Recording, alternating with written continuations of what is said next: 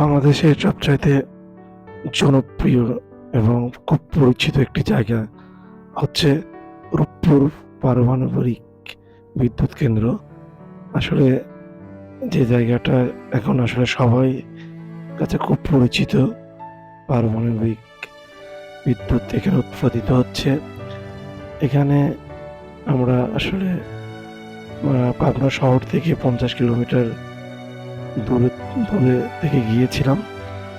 তো এখানে আসলে গিয়ে বেসিক্যালি আমরা যেটা দেখতে পেলাম, রাশিয়ানদের জন্য আলাদা একটা সিটি হয়েছে, যেখানে রাশিয়ান মার্কেট এবং রাশিয়ার সমস্ত কিছু এই মার্কেটের মধ্যেই পাওয়া যায় এবং প্রচুর পরিমাণ রাশিয়ান এবং অন্যান্য দেশের কিছু ফরেনারও আমাদের চোখে দেখানোর চেষ্টা করতেছি।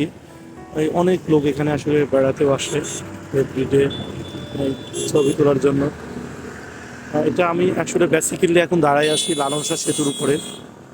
লালন শাহ সেতুর উপর থেকে এই ভিডিওটা ধারণ করছি এবং পাশে আছে সেই লালন শাহ সেতু এবং তার পাশেই যে জায়গাটা দেখতে পাচ্ছেন সেটা হচ্ছে হার্ডিং ব্রিজ। সে 103 সালে প্রতিষ্ঠিত হার্ডিং ব্রিজ। এই ব্রিজটাকে কেন্দ্র করেই আসলে মানুষজন এখানে প্রচুর পরিমাণ দর্শনার্থী প্রতিদিন এখানে ভিজিট করতে আসে এবং এখানে দেখতে পাচ্ছেন অনেক লোক প্রতিদিন ভিড় করে আসলে এই জায়গাটাতে বেড়াতে আসে। আমরা যদি একটু দেখানোর চেষ্টা করি যে মানুষ বিভিন্নভাবে অঙ্গভঙ্গি দিয়ে আসলে তাদের ছবি ধারণ করছে। আসলে জায়গাটা অনেক সুন্দর, অপরূপ বলা যায় এবং সব কিছু মিলিয়ে একটা দর্শনীয় জায়গা বলতে পারি। যাই হোক, ইনশাল্লাহ আবার দেখা হবে।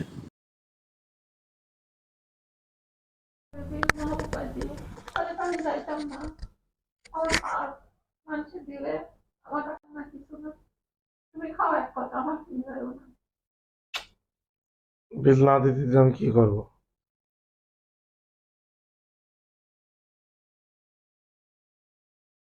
করে আমি দিই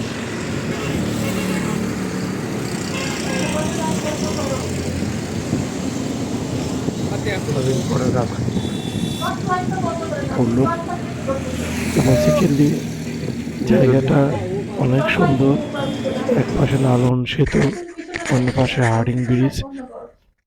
তো অনেক জেলার পর্যটক এখানে ঘুরতে আসেন।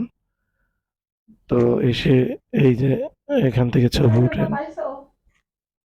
সর্বমোট সর্বোপরি যে জিনিসটা বলা যায়, হার্ডিং ব্রিজটা একটা আসলে প্রাচীন একটা ব্রিজ, তার পাশেই লালন সেতু। সবকিছু মিলে দেখার জায়গাটা আসলে খুবই সুন্দর। আছে আছে, আশা করি সবাই সময় পেলে জায়গাটা ঘুরে আসবে। ঘুমানো বাদ দিয়ে সব কাজ কাম করা, নিজেও ঘুমায় না আর একটা মানুষও ঘুমাইতে দেয় না। নিজে তো দিনের বেলা ঘুমাইলে 4-5 ঘন্টা নাক থেকে ঘুম পারে, সকালে দেরি করে উঠতে পারে।